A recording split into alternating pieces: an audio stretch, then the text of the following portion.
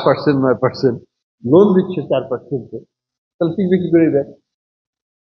Deposit দিচ্ছে 8-9%, loan দিচ্ছে 4%। Naturally bank is non viable to start with. এটা ডিজাইনই ফল্ট। সরকার থেকে যেটুকু টাকা দেয় সেটা লোন দেয়, আর বাকিটা লস দিচ্ছে। আজকে যদি আমি কৃষি ব্যাংকের অবস্থা দেখি, 29,000 কোটি টাকা তাদের ক্যাপিটাল,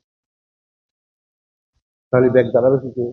এই ব্যাংক কি করে এগ্রিকালচার কমিউনিটিকে সার্ভিস করবে? দিস আর ফান্ডামেন্টাল ইস্যু, যেগুলোকে অ্যাড্রেস না করলে পরে আমরা কিন্তু মুখের কথা বলে যাবো যে কৃষকদের জন্য ঋণ দিচ্ছি, কৃষকদের জন্য এটা করছি আমরা, কিন্তু অ্যাজ এ ব্যাংকিং সিস্টেম এবং কেন্দ্রীয় ব্যাংকের প্রতিনিধি হিসাবে আমি যেটা বলবো যে আমরা পর্যাপ্ত করতে পারি।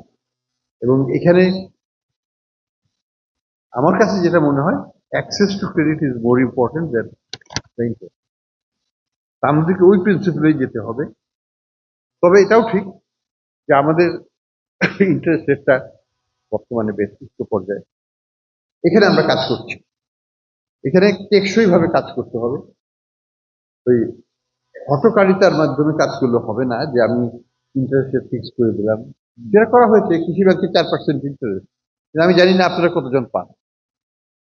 এটা এই ঋণগুলো কৃষকদের পৌঁছায় কিনা সেটা নিয়েও আমার সন্দেহ আছে। দ্বিতীয়ত হচ্ছে যে 4% হলে পরে আমার সাপ্লাই অফ লোন ফান্ড তো হবে না। সরকার বাজেট থেকে যেটুকু দেবে সেটুকু এ থেকে যাবে, তারপরে আর যাবে মানে বাজার থেকে যেতে হবে।